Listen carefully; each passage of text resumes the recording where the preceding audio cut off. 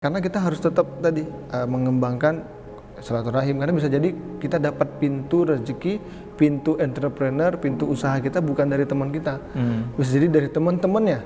Iya. Bisa jadi dari bahkan teman-teman kenalan ya, saudaranya.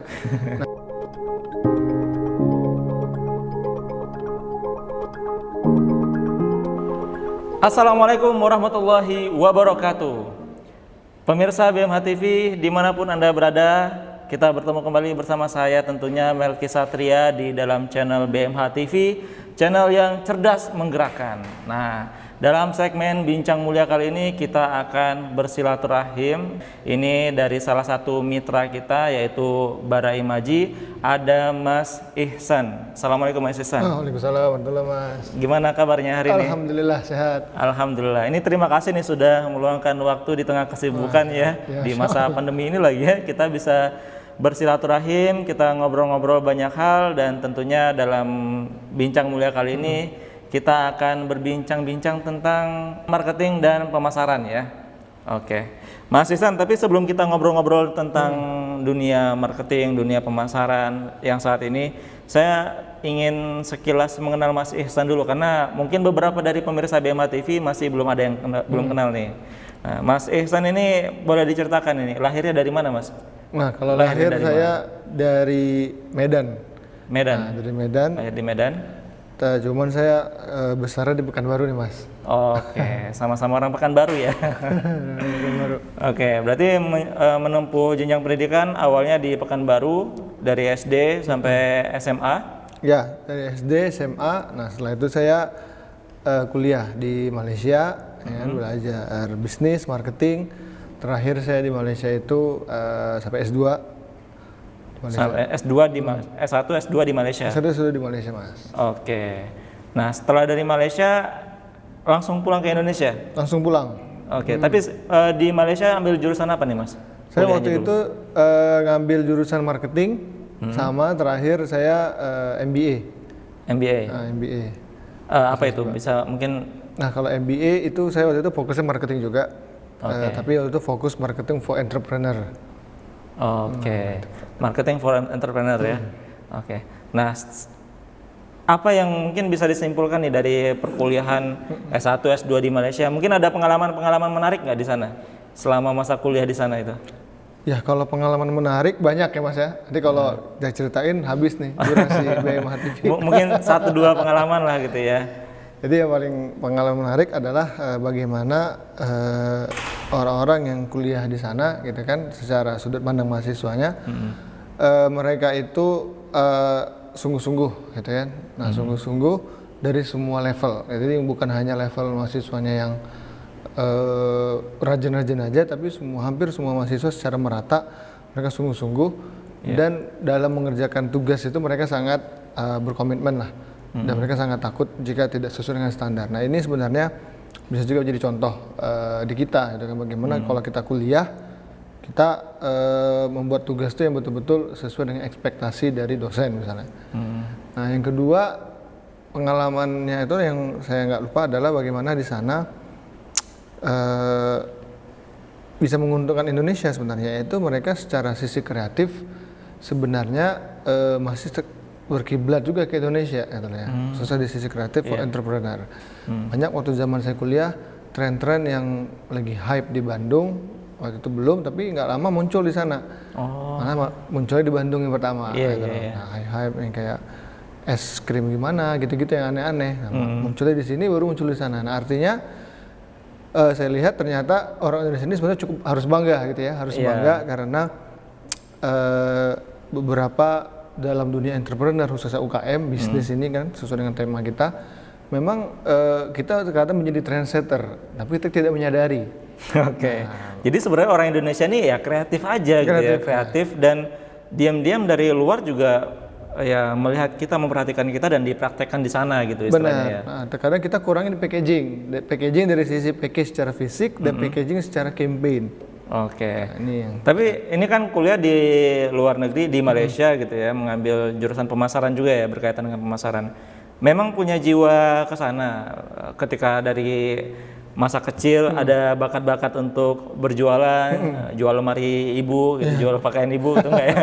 Saya memang dari kecil, alhamdulillah almarhum bapak saya juga selalu ajari marketing gitu ya. Jadi saya waktu kecil, waktu SMP itu udah mulai jualan, waktu itu jualan ini apa namanya kayak snack-snack gitu ya, makanan. Terus waktu SMA saya dipilih sebagai duta ya, waktu itu ada program dari Indosat IM3, duta sekolah. Jadi saya jadi duta sekolah, jualan kartu perdana gitu mas, perdana. Terus kalau ada event-event saya sebagai PIC untuk brand itu di sekolah. Terus saya bikin suatu komunitas, dengan komunitas film. Ya, jadi sisi kreatifnya saya bikin komunitas film pertama kali di sekolah itu, di SMA itu. Dan memang saya suka baca buku-buku zaman waktu saya SMA itu, baca buku Robert T. Kiyosaki, Daniel C. Carnegie gitu kan, pokoknya buku-buku yang memang bisnis. Nah memang saya suka buku bisnis, tuh ada kayak ide-ide bisnis, 100 ide bisnis gitu-gitulah. Jadi nggak tahu kenapa dari SMA di tahun-tahun akhir SMA malah saya sering banyak baca buku itu gitu loh. Oke. Jadi memang dari kecil ya berarti ya dari suka bacaannya yang berat-berat ya. Biasanya kan kalau anak-anak SMA gitu ya disuruh belajar ya belajar yang di sekolahnya gitu. Ini malah belajar tentang bisnis juga di luar dari belajar sekolah gitu ya. Oke, jadi memang dari kecil sudah punya passion di sana di bidang pemasaran, marketing. Ada yang beda nggak sih dari zaman sekolah dulu berjualan, apakah jualan seperti biasa nawarin ke temen dengan yang sekarang dilakukan setelah kuliah, ada yang beda nggak? Kalau yang pas ya, kalau bandinginnya pas SMA dan kuliah nggak banyak beda ya, karena gapnya kan waktunya sedikit dan waktu itu tren media sosial belum banyak. Ya, paling kalau kita sudut pandangnya sekarang dengan pas sekolah atau pas kuliah ya memang bedanya kalau di sana sangat mempengaruhi, penting yang namanya kita ada kenalan gitu ya, kenalan dari sisi secara offline ya. Kita jualan secara face to face gitu kan, door to door gitu kan, benar kita jelasin, kita kasih produknya. Nah bedanya dengan sekarang itu terkadang kita kan nggak kenal nih dengan pembelinya gitu kan, bahkan kita sama sekali nggak kenal gitu kan. Kalau dulu untuk terjadinya conversion to sales itu memang harus kenal. Mayoritasnya ya kan, ya paling kurang kalau kita naruh barang di toko, warung ya kita harus kenal ke warung tokonya, gitu lah. Maksudnya terserah membeli, tapi kan paling kurang kita harus kenal ya, pendekatan dulu, kita konsinyasi di situ dan sebagainya gitu misalnya. Tapi kalau sekarang ya kita bisa dengan modal media sosial dan ada e-commerce, kan kita nggak kenal, kita bikin etalase foto udah bagus, akhirnya terjadilah conversion to sales. Nah itu yang menurut saya perbedaan yang dari sisi sales yang sangat kentara gitu. Iya, ada yang harus di-upgrade gitu ya dari yang penjualan masa lalu sama penjualan yang saat ini gitu ya. Nah, Mas, kalau saat ini aktivitasnya apa nih, Mas? Setelah lulus kuliah ini kan langsung balik lagi nih ke Jakarta nih. Bukan balik ke Pekanbaru ya. Aktivitas di Jakarta, menikah di sini juga gitu ya. Lalu aktivitas apa aja nih sebelum masuk ke Bara Imaji? Ya, sebelumnya saya sempat jadi dosen untuk Mas Melki, jadi dosen di Institut Setiami di Jakarta. Memang saya tuh darah dosen juga kental ya, jadi dari orang tua saya dua-duanya, orang tua saya juga dosen gitu kan, dan orang pendidikan, memang ngembangin pendidikan lah. Nah jadi memang secara ininya jadi dosen lah bagus gitu loh. Ada beberapa orang yang dia mau misalnya udah jadi PNS, misalnya jadi pengusaha atau apa, nah kalau basic pertamanya itu adalah saya disuruh jadi dosen dari orang tua gitu kan. Itu keinginan orang tua ya? Ya, maksudnya, tapi memang keinginan orang tua saya tidak ya seperti orang-orang yang beberapa teman-teman saya di zaman itu yang orang tuanya seperti memaksakan dan sebagainya. Tapi ini kalau orang tua saya pada saat itu memberikan alasan. Nah, justru dia mau larang jadi dosen full, tapi dibilang jadi dosen itu penting untuk sebagai sampingan lah. Nah, sampai sekarang akhirnya saya jalani dosen memang sebagai sampingan, sebagai passion, gitu. Passion, ya kita bisa sharing, kita kan seperti kita sharing sekarang di Bincang Mulia ini. Nah, akhirnya saya dosen dan setelah itu saya bergabung di suatu agensi riset. Memang saya waktu itu minatnya riset, karena kan berhubungan juga dengan dunia dosen Mas Melki. Jadi dosen perlu riset, gitu kan. Nah, saya gabung di riset, Terus seiring jalan waktu, terakhir saya sebagai market research-nya di Grab. Nah di Grab saya di market research lebih kurang 2 tahun kurang. Nah dari situ akhirnya justru sebelum pandemi, itu kan akhir-akhir tahun sebelum pandemi itu saya berhenti dari Grab. Nah di situ saya mulai berpikir bahwa ternyata kita kalau misalnya kita kerja udah sesuai passion, udah misalnya sesuai kalau orang sering bilang pendapatan bagus, passionnya bagus, sesuai hobi dan sebagainya enak. Tapi ternyata kalau di kita sebagai orang yang muslim ya, ternyata bukan hanya itu, tapi lingkungan juga. Lingkungan harus mendukung kita, bukan hanya untuk masalah cari duit dan masalah passion, tapi lingkungan dalam mendekatkan diri kepada Allah SWT.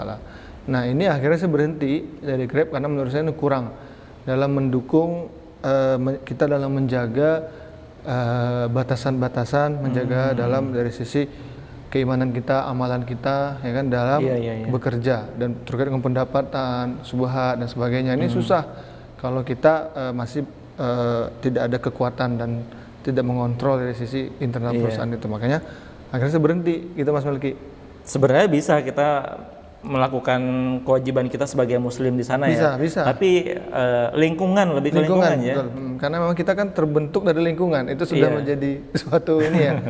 Kita semuanya kadang makanya bilang teman kita tuh seperti penjual minyak wangi atau penjual pandai besi. Itu yang menurut saya itu sangat saya rasakan lah pada saat itu. Nah sekarang ini di Bara Imaji sebagai founder sekaligus CEO ya. Di Bara Imaji. Nah ini mungkin sedikit nih dijelasin biar teman-teman tahu nih Bara Imaji ini apa ini. Ya jadi Bara Imaji itu kita adalah digital agency yang memang fokusnya di brand ambassador dan influencer management Mas. Nah jadi kalau digital agency banyak gitu ya. Ada yang ads, ada yang social media, terus ada yang media placement dan sebagainya. Nah kalau kita ngambil positioning itu brand ambassador dan influencer management. Nah, jadi bagaimana kita menghandle konten untuk artis dan influencer dan brand-brand yang perlu campaign yang membutuhkan influencer dan artis. Nah ini yang kita support mereka. Dan di saat yang sama UKM juga, karena sekarang banyak permasalahan di UKM bisnis, apalagi dengan pandemi ini. Gimana ya cara kita berhubungan dengan artis dan influencer yang terkenal, harganya mahal misalnya, ataupun sudah menghubungi tidak dibalas, atau sudah dibalas tapi nggak dapat feedback, atau sudah endorse sudah bayar tapi tidak dapat insight. Nah ini permasalahan-permasalahan yang kita lihat terjadi di lapangan. Dan akhirnya kita hadirkan Bara Imaji karena dengan kelebihan yang kita miliki, kita ada akses ke influencer dan artis. Nah di sini yang kita ingin memecahkan masalah itu Mas. Oke, jadi nggak dibiarkan saja sudah dapat endorser, sudah lepas gitu aja nggak gitu ya? Tapi tetap dibina gitu ya. Oke. Nah saat ini kan banyak bermunculan UKM ya, UMKM juga banyak bermunculan di mana-mana ya. Bisa dibilang sudah ribuan bahkan ratusan ribu ya UKM atau UMKM yang ada di Indonesia ini. Ada yang sudah move on zaman dulu beralih ke penjualan yang modern saat ini gitu kan. Secara detail bisa nggak Mas Ihsan sampaikan gitu, apa sih bedanya antara bisnis 5 tahun yang lalu, 10 tahun yang lalu sama sekarang nih, perbedaannya yang paling signifikan apa?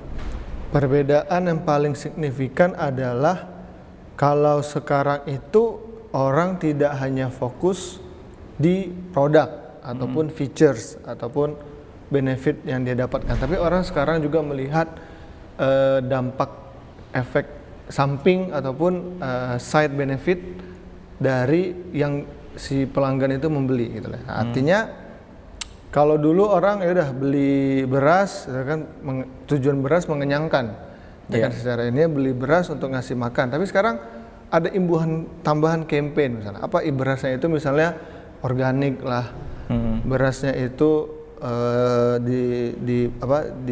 dipanen oleh petani yang dijaga kesejahteraannya lah. Beras itu halal lah sekarang, ya kan? Ada macam-macam lah campaign ya akhirnya. Jadi orang bukan hanya mencari features, bukan hanya mencari apa sih benefit core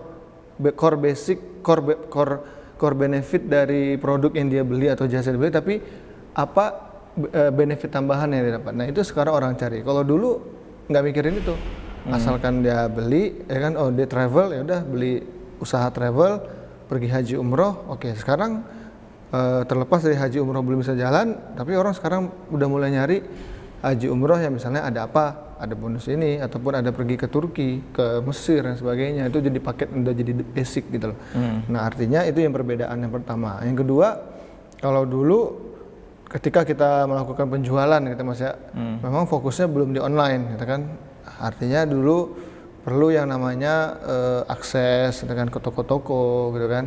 Kalau dia jasa, dia perlu tempat fisik gitu kan. Secara ini perlu tempat lah, walaupun jasa ada rukonya dan sebagainya. Nah kalau sekarang nggak perlu lagi. Banyak juga di tim saya juga dia sebagai freelance content writer, freelance designer gitu kan. Dia punya studio tapi nggak ada tuh studionya, rupanya di rumahnya sendiri gitu loh. Di rumah sendiri teman-teman. Nah jadi, dan juga secara ininya kalau secara yang ketiga adalah bagaimana kalau bedanya yang sekarang. Kalau dulu yang penting cost concern gitu ya. Menurut saya itu cost concern. Maksudnya kalau dulu itu orang harus bagaimana kalau mengeluarkan 10.000, kerasa nggak sih manfaatnya 10.000? Betul-betul kita harus tadi jelaskan kenapa. Nah kalau sekarang orang banyak yang nggak peduli lagi dia ngasih spending berapa, ya kan? Tapi kalau merasa dia senang dan dia merasa menunjukkan eksistensi dia dengan membeli itu, maka dia akan bisa bisa senang. Contohnya kemarin ada kasus viral ya yang McD ya, McD BTS gitu kan. Nah itu cukup dibahas oleh banyak buku yang saya baca juga, dan saya misalnya kayak Mas Yusuf Hadi gitu kan, Mas Dodi Zulkifli. Nah itu intinya bagaimana orang-orang sekarang tuh nggak peduli berapa yang dia spending, asalkan dia bisa eksis dengan melakukan pembelian. Nah makanya sekarang banyak campaign-campaign kalau orang mau launching produk itu yang dikuatin apa? Influencer, ada artis, ya makanya McD sampai kedatangan menggunakan BTS, karena penting orang sekarang tuh melihat sosok lah ketika melakukan pembelian. Kalau dulu orang ngeliatnya produk tadi yang saya bilang di awal, ngeliat produk, core benefitnya apa. Kalau sekarang dia light side benefitnya, dia tetap dia beli, tapi apakah dia beli dapat yang lain apa? Nah kalau di kasus BTS tadi, dia bisa beli dan dia dapatkan suatu kebanggaan, khususnya bagi penggemar Korea, ARMY, oh dia bisa dapatkan eksistensi, FOMO lah kalau istilahnya sekarang, fear of missing out. Dia bisa eksis, upload di sosmed, apa-apa upload di sosmed. Karena itu relate ya dengan diri dia gitu ya. Relate dengan diri dia, dia merasanya itu, gitu Mas. Jadi kalau zaman dulu orang beli beras ya karena dia pengen makan aja, tapi kalau sekarang bisa dilihat dari banyak faktor ya, dari sehatnya, organiknya gitu kan. Beli sesuatu bukan hanya karena fungsi aja, tapi value apa, kebanggaan apa yang bisa dia dapatkan gitu ya. Wah, ini menarik nih. Jadi semuanya bisa dibuat seperti itu Mas? Apapun produknya bisa dibuat seperti itu? Semuanya bisa pada dasarnya. Oke, termasuk kita mungkin kita ambil salah satu case kalau frozen food gitu. Nah frozen food bisa juga dalam artian orang hanya makan frozen food aja. Value apa yang bisa, ini contohnya aja, value apa yang bisa diangkat dari situ? Ya bisa kita lihat kalau frozen food bisa, kalau orang Indonesia suka yang sedih-sedih biasanya. Bisa jadi kita angkat ceritanya apa? Oh ternyata dia penjual frozen food yang kemarin dia kena PHK, anaknya ada 5. Ternyata dia akhirnya beralih, misalnya mantan pegawai bank, dia jual frozen food untuk menghidupi anaknya. Orang kan Indonesia ini senang storytelling Mas. Storytelling yang suka nggak suka, walaupun kita sebagai pelakunya sendiri sadar bahwa bisa jadi ini benar, tapi bisa jadi ada bumbu storytelling. Tapi suka nggak suka, memang kita senang dengan hal-hal seperti itu. Jadi kalau frozen food bisa diangkat dari penjualnya. Yang kedua bisa diangkat dari pasti kalau kita orang Muslim halalnya, karena kan ada frozen kadang nggak jelas halalnya. Nah, yang ketiga proses. Nah makanya kalau di guru saya, di guru branding saya Mas Dodi Zulkifli, itu tuh ada beberapa proses branding dan ada beberapa proses UVP, Unique Value Proposition. Nah yang mau kita pilih, nah ada proses, ada bahan, ada misalnya pelakunya, terus misalnya ada dari sisi harga. Nah frozen food yang sudah ada ini mau diangkat yang mana nih yang kuat. Nah untuk itu misalnya kita interview dulu. Di interview, lakukan riset lah ya, riset, ternyata dia seperti ini teman-teman. Ternyata dia biasa halal juga, biasa harganya so-so sama. Ternyata dia ada story-nya itu, ternyata dia ini susah payah bikin frozen food. Nah, diangkat itu sama viral. Lihat prosesnya kayak gimana, viral nanti. Viral. Nah, artinya bisa kita cari lah dari beberapa, ada 7 faktor yang bisa kita lihat positioningnya kemana. Nah, itu yang kita angkat gitu loh. Oke. Tapi banyak juga nih kan pandemi datang nih tiba-tiba dari penjualan online kan ya sudah termasuk biasa lah, marketplace sudah banyak juga kan di Indonesia sebelum pandemi bahkan kan. Nah, ketika pandemi datang banyak yang di PHK, banyak usaha yang gulung tikar. Penyebabnya apa nih Mas? Bisa di cross check nggak kira-kira? Kalau menurut saya penyebab banyak usaha digulung tikar karena memang banyak pelaku UKM yang dia belum siap untuk online gitu ya. Khususnya memang sudah banyak sebelum pandemi online, tapi pada saat sebelum pandemi online itu menjadi pilihan. Nah, itu bedanya. Online jadi pilihan, tapi kalau sekarang online sudah harus keharusan. Karena dengan berbagai peraturan pemerintah, ada PPKM, ya kan, PSBB kemarin, terus ada keterbatasan mengunjungi, ada jadwal kunjungan dan sebagainya. Makanya perbedaannya dulu orang harus online itu merupakan pilihan. Kalau sekarang online itu adalah keharusan. Nah, di sini yang kenapa banyak tumbang, karena beberapa teman-teman UKM yang kebetulan ada juga di circle-nya Bara Imaji gitu ya. Mereka itu memang udah bergantung sukses di offline, harus hadir di restoran, ya kan, harus ini. Nah, makanya kalau kita banyak belajar dan melihat kasus-kasus pada saat di uncertain, ini kan saat uncertain ya, uncertain. Apa itu? Maksudnya di zaman sekarang ini zaman ketidakpastian. Yang tidak pasti, semuanya sangat di luar prediksi kita. Tidak pernah kita pikirkan dari sudut pandang ekonomi dan bisnis akan terjadi yang namanya seperti ini. Kenapa UKM ini banyak yang kena pada saat ini? Mereka nggak siap karena mereka sudah sukses di offline dan online-nya menjadi pilihan. Nah, tadi makanya kalau kita banyak dengar kasus dan insight dari para senior-senior, memang pada saat pandemi ini adalah bagaimana leader yang bisa pivot dalam waktu yang cepat dan dengan yang tepat. Dengan beberapa kasus yang kita dengar, misalnya ada namanya satu merek ramen yang terkenal. Biasanya dia memang harus datang offline, tapi salah satu yang unik dia bikin frozen. Ramen yang nggak pernah ada frozen, akhirnya ada frozen. Terus ada yang jualan oleh-oleh, ya kan, oleh-oleh artis yang bisa jualan oleh-oleh jadi jual frozen food. Atau yang oleh-oleh itu diperpanjang supaya bisa dikirim keluar kota. Nah, jadi kenapa banyak teman-teman UKM yang banyak tumbang, karena agak kurang dalam melakukan strategi pivot. Jadi bisnis dia tuh emang mungkin ada bisnis yang sama sekali tidak bisa dilakukan pivot. Memang dia misalnya bisnis pijit, pijit emang mana bisa dikirim jauh gitu, habis mati. Fotokopi misalnya, ataupun di kantor-kantor. Ada kantor tutup, nggak bisa orang maksa. Tapi selagi bisnis itu sebenarnya masih ada chance, dia sebagai pemilik bisnis ya memang harus persiapan lah dengan yang namanya kondisi gitu kan, apapun yang terjadi, yang walaupun ini di luar kita banget. Nah, makanya yang harus teman-teman kita lakukan adalah di UKM memang harus upgrade diri dan kita harus fleksibel. Terkadang beberapa teman-teman UKM ini dia idealisme sangat tinggi, Mas Malgi. Bagus idealismenya tinggi, cuman terkadang di saat yang seperti ini nih kita harus banyak kolaborasi, ya kan? Makanya semakin menyadari bahwa teman-teman UKM ini selain dia agak sedikit terlambat dalam memaksimalkan digital, terus dia agak kurang berkolaborasi bukan karena dia nggak mau, tapi kurang percaya karena terbiasa menjalankan bisnisnya sendiri. Nah, maksud kolaborasi di sini apa? Bukan hanya kolaborasi bersifat material, tapi bisa jadi kolaborasi bantu jualin. Kan ada beberapa teman dia takut ditipu, atau misalnya ada menyuntik modal untuk bantu ini malah dia takut karena takut nggak bisa kontrol dan sebagainya. Nah, ini memang beberapa permasalahan yang saya lihat di circle-nya Bara Imaji juga, mental juga gitu loh. Gitu. Tapi Mas, ngomong-ngomong perubahan gitu ya, kan ada sebuah produk gitu ya, brandnya sudah cukup terkenal nih. Tiba-tiba pandemi, mau nggak mau dia harus bertahan gitu kan. Seperti yang contoh tadi ramen gitu kan, produknya sudah terkenal, tiba-tiba dia bikin frozen. Ini nggak menurunkan citra nggak gitu? Sama kayak seperti kita sebut saja kayak pizza gitu ya, yang keutamanya dia adalah kekeluargaan makan di restoran, tiba-tiba dia jualan pizza di pinggir jalan. Menurunkan nggak itu derajat brandingnya dia turun nggak gitu? Ya, kalau kita ngomongin saat pandemi di awal ya Mas ya, memang di saat seperti itu cash is the king. Memang kalau kita ngomongin bisnis, sehebat apapun bisnis kita, cash is still the king. Gitu loh. Jadi biarlah yang penting datangin cash. Mengenai brand, beberapa orang itu urusan kedua gitu loh. Tapi ini balik lagi dari sisi risk management dari manajemen. Nah kalau yang kasus ramen tadi, dia kasih edukasi gitu loh, kenapa harus frozen.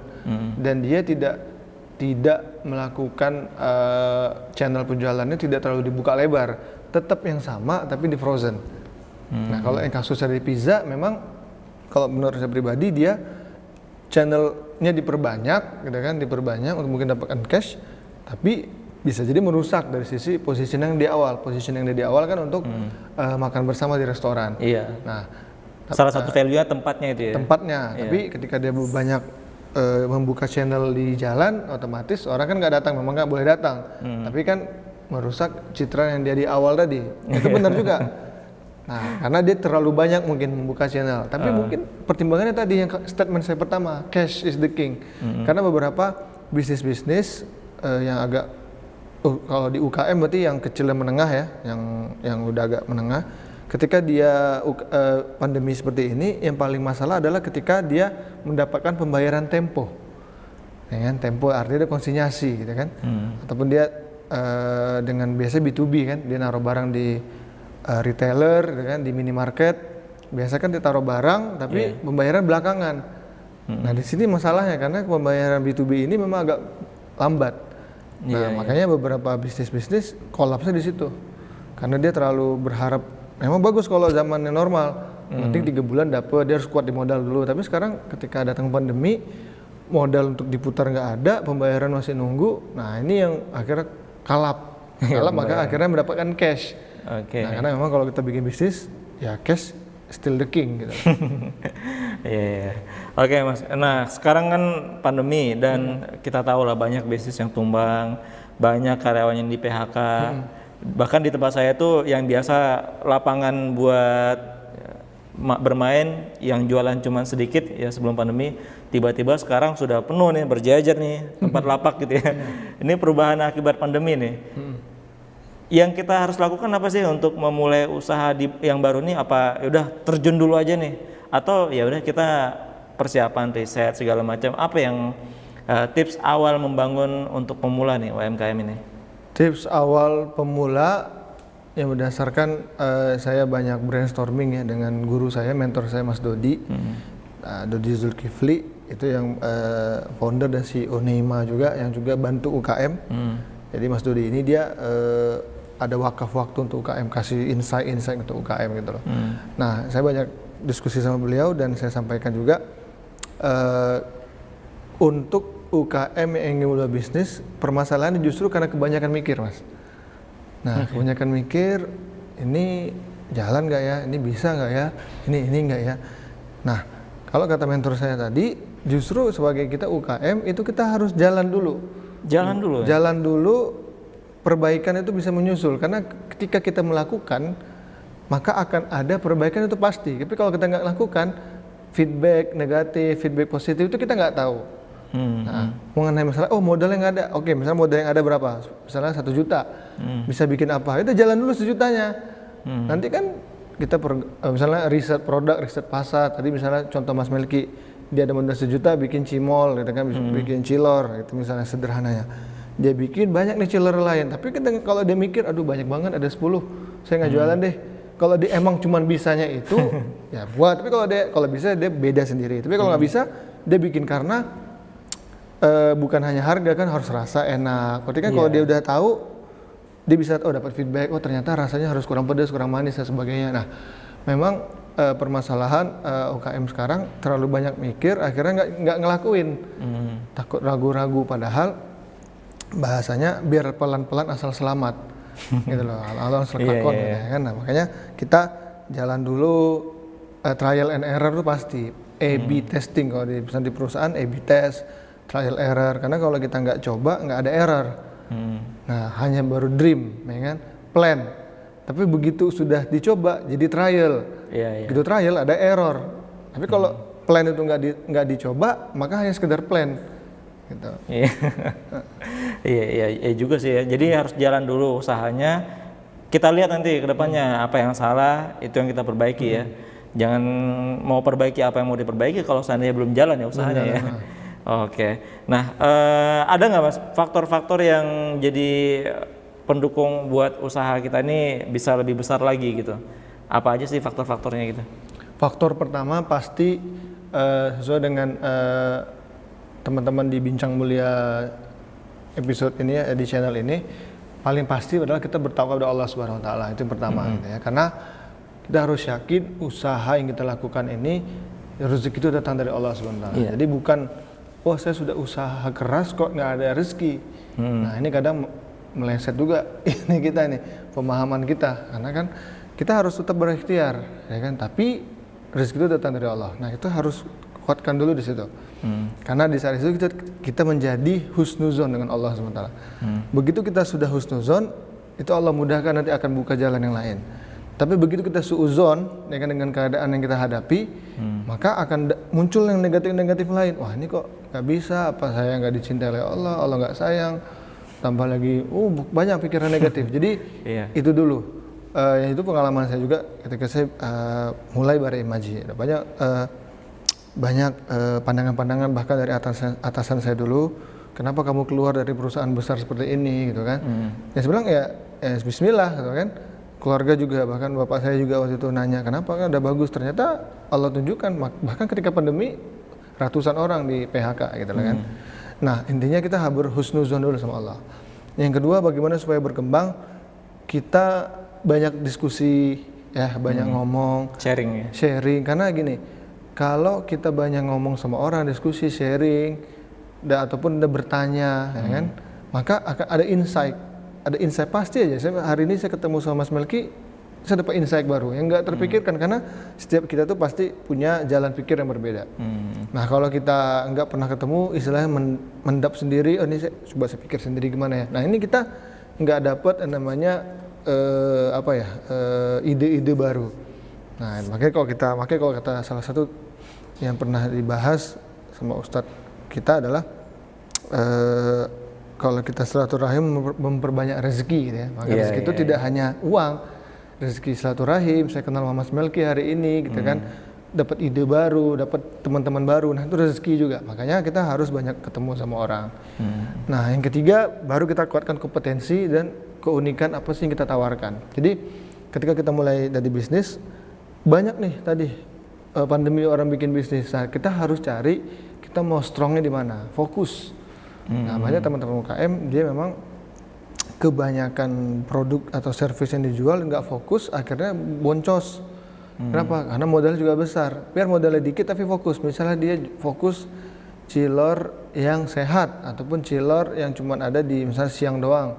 Ataupun misalnya jual chiller yang misalnya untuk anak-anak bisa jadi. Nah, sekian banyak yang jual chiller, mungkin nih kita satu-satunya chiller ya cuma untuk anak. Kenapa anak? Karena bahannya ini, sausnya ini, yang kita jelasin lah. Artinya kita belajar harus terus mencari pembeda. Pembedanya bukan hanya sekedar beda, tapi pembedanya bisa menjual sesuai dengan target market.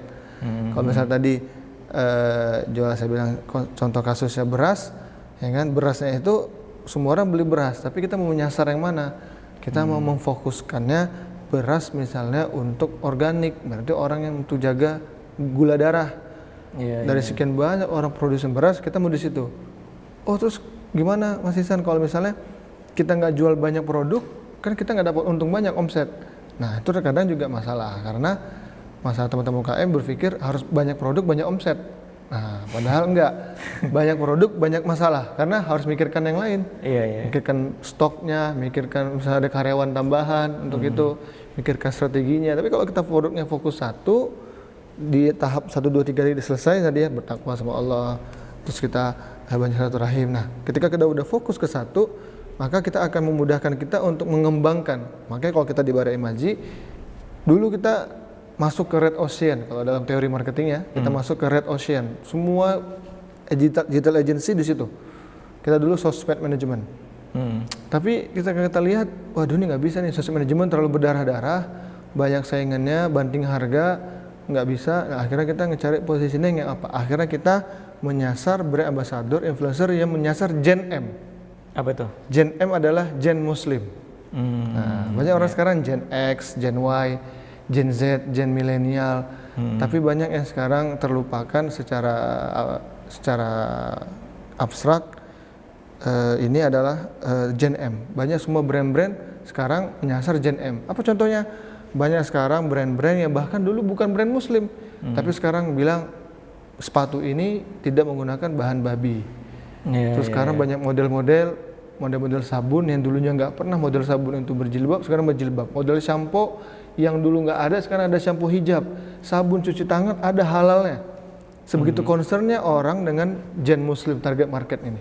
Nah, makanya Baraimaji fokusnya adalah bagaimana kita menjadi digital agency yang ambasador influencer yang fokusnya Gen M, Gen Muslim. Nah, itu balik lagi. Setelah yang tahap 1, 2, 3 kita harus memfokuskan di mana. Kalau kita sudah fokus tahu di mana, bahasanya, oh kamu di sini ada influencer agency, oh kamu BA agency, oh oke, sorry, kita beda target market. Jadi kita udah nggak takut tersaingi. Nah, memang teman-teman UMKM terkadang itu takut tersaingi karena nggak tahu target market. Satu jual cilor, satu jual gorengan di lapangan yang sama, kayak kata Mas Melki. Padahal kan beda. Orang yang suka cilor, yang suka gorengan beda. Jadi harusnya nggak usah takut. Karena beda segmen tujuan pasar, dia harus fokus ke situ. Iya. Oke, jadi produknya harus punya ciri khas sendiri, punya target market sendiri gitu ya. Target market sendiri. Bahkan ya seperti yang tadi dibilang, walaupun ini brand bukan brand Muslim, tiba-tiba menyasar kalangan Muslim ya itu suatu yang wajar karena memang pasarnya lumayan besar ya. Sama kayak di Jepang yang Muslimnya minoritas, tapi mereka punya wisata halal juga gitu kan. Nah itu, jadi harus punya target tersendiri gitu ya. Nah seandainya nih UMKM sudah berjalan nih gitu kan, tapi kan namanya UMKM kan modalnya nggak besar gitu ya. Untuk promosi juga apalagi ke televisi kan budgetnya lumayan besar nih. Media promosi apa nih yang bisa mereka gunakan supaya walaupun UMKM tapi banyak orang yang mengenal mereka gitu. Istilahnya pengen keluar uang dikit hasilnya gede gitu. Kalau untuk promosi paling sederhana, paling kurang memang yang namanya promosi harus ada uang gitu ya. Uangnya bukan dalam bentuk cash produk gitu. Artinya maka tadi ketika kita udah tahapan 1 tadi silaturahim, bertakwa sama Allah, kita banyak yakin, terus silaturahim, kolaborasi, banyak diskusi, maka sarana promosinya adalah kita bisa kasih ke teman-teman produk kita, coba ya kan, review, testimoni gitu kan.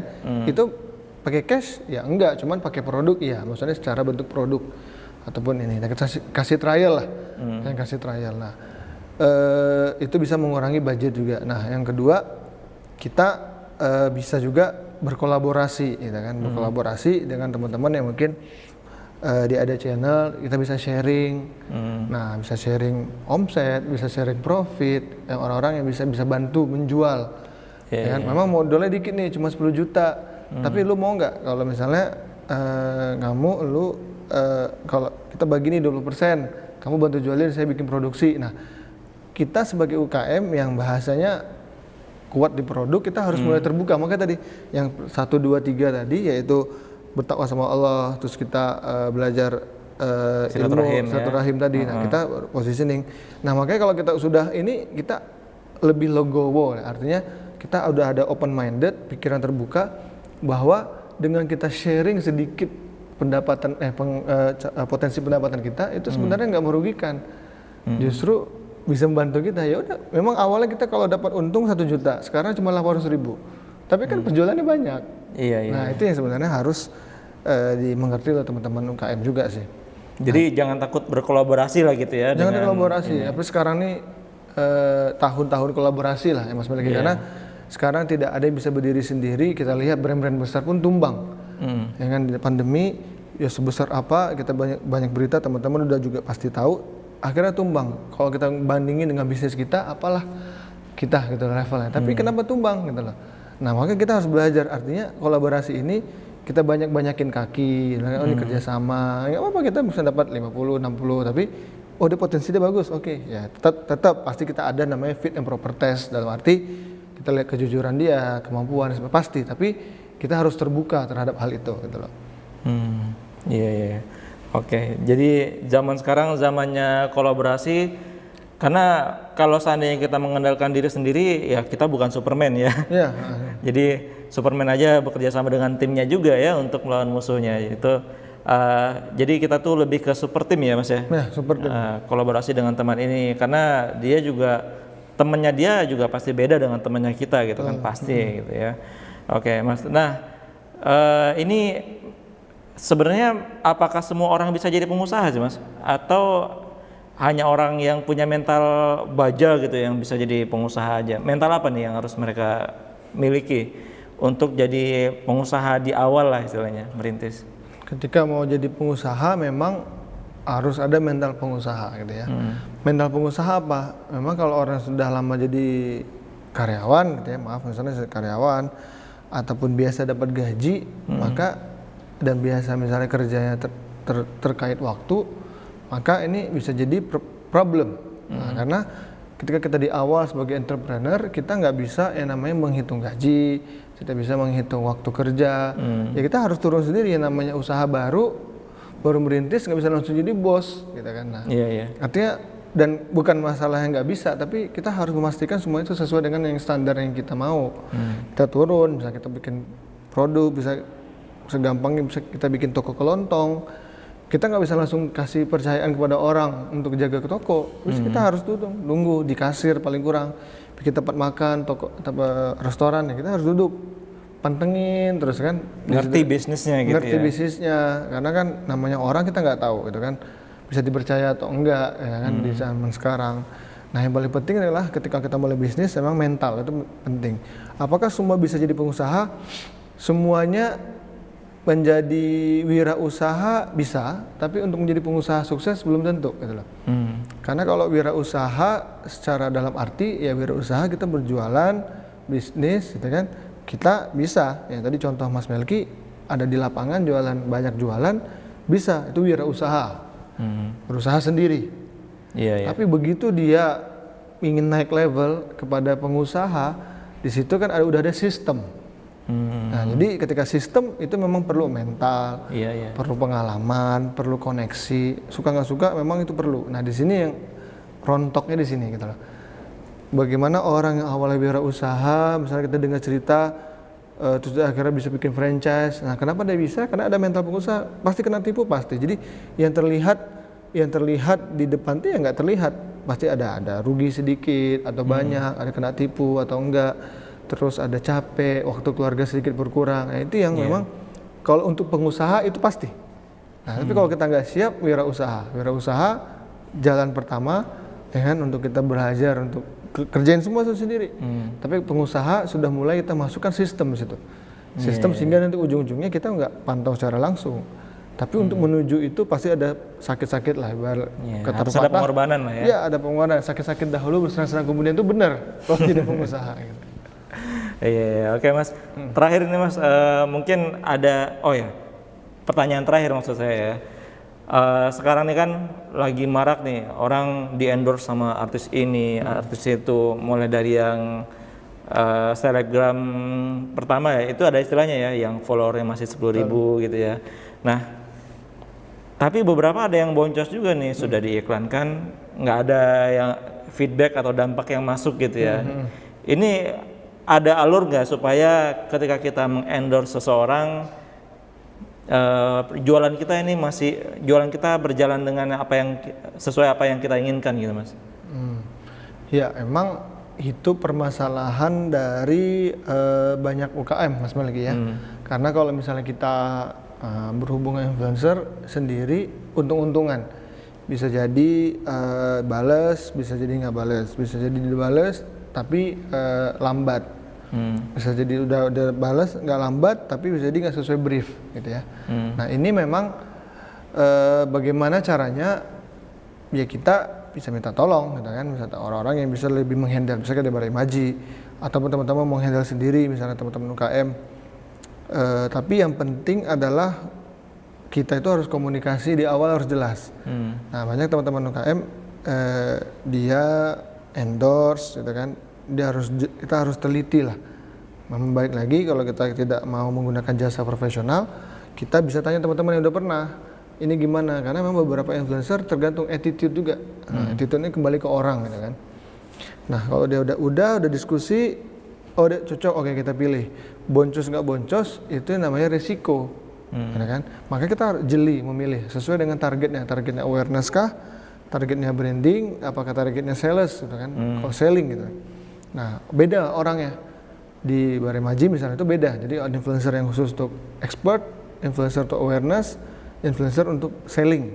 Gitu. Nah itu beda. Nah udah tahu, nah baru kita hitung-hitung. Nah tapi yang namanya marketing pasti ada biaya. Nah itu juga kita harus menyadari. Nah, mengenai boncos nggak boncos. Makanya kalau kita sih di Baremaji kita ada program itu khusus mas. Program khusus untuk UKM di seluruh Indonesia. Itu program gratis namanya UMKM Membara. Nah program ini UKM itu bisa dipromosiin gratis oleh artis ataupun influencer. Bahkan kita fotoin produk, kita kasih video mentah, terus kita kasih konsultasi juga. Nah itu semua gratis. Nah ini kita pengen bantu UKM lah sesuai dengan kayak Mas Melki tadi sampaikan. Di pandemi ini banyak justru bermunculan UKM dadakan, UMKM dadakan. Nah ini kita pengen dengan program UMKM Membara ini kita pengen bantu masalah UKM yang kesulitan nge-reach artis, kesulitan nge-reach influencer, nggak ada budget untuk ke situ. Nah kita bantu semuanya gratis, bahkan mereka bisa di-endorse sama artis dan influencer. Nah ini bentuk panggilan kita juga bagaimana sih bisa ngebantu UKM-UKM di Indonesia ini bisa ngerasakan lah, paling kurang ngerasakan gimana sih produknya dirasakan oleh artis dan influencer gitu. Oke, siap. Oke Mas Ihsan, terakhir Mas, ada yang mau disampaikan untuk pemirsa BMA TV yang lagi mau bangun usaha, yang usahanya sedang berjalan tapi ya segitu-gitu aja gitu ya. Ada yang mau disampaikan nggak? Boleh silakan. Ya, closing statement kita.